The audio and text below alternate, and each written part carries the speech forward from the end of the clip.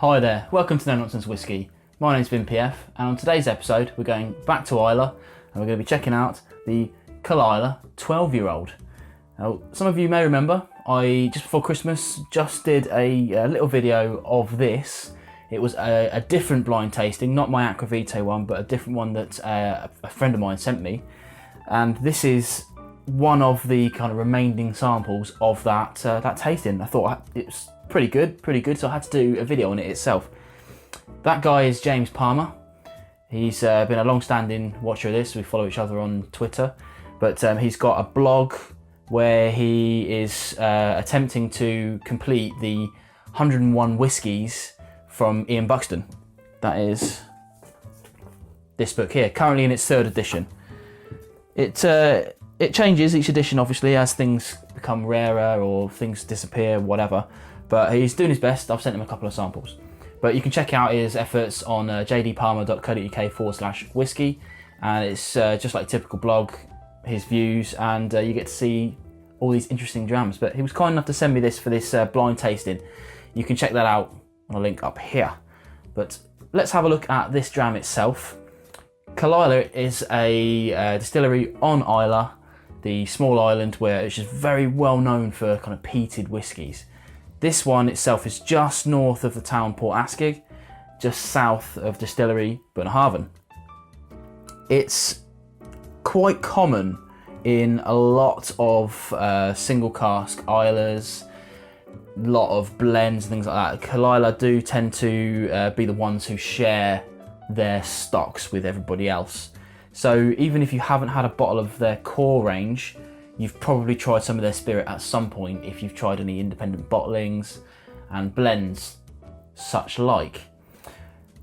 This itself is 43% and goes for around £45 in the UK at time of recording. So it's fairly expensive for a 12-year-old in comparison to some of the others that are out there. I've covered a couple of 12-year-olds recently and they've not been too bad. Never above 50 quid normally, so this is kind of pushing that top end.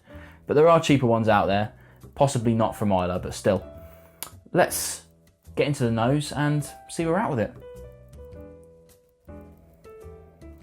Oh, it's peaty immediately. It's one of the lighter peats from the island, for sure, island of Islay. But it's sweet, but it's ever so slightly medicinal.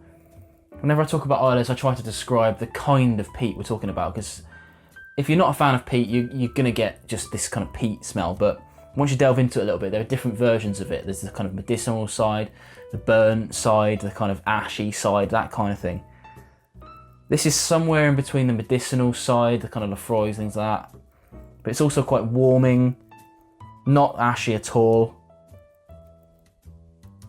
Like a bonfire, like a sweet bonfire.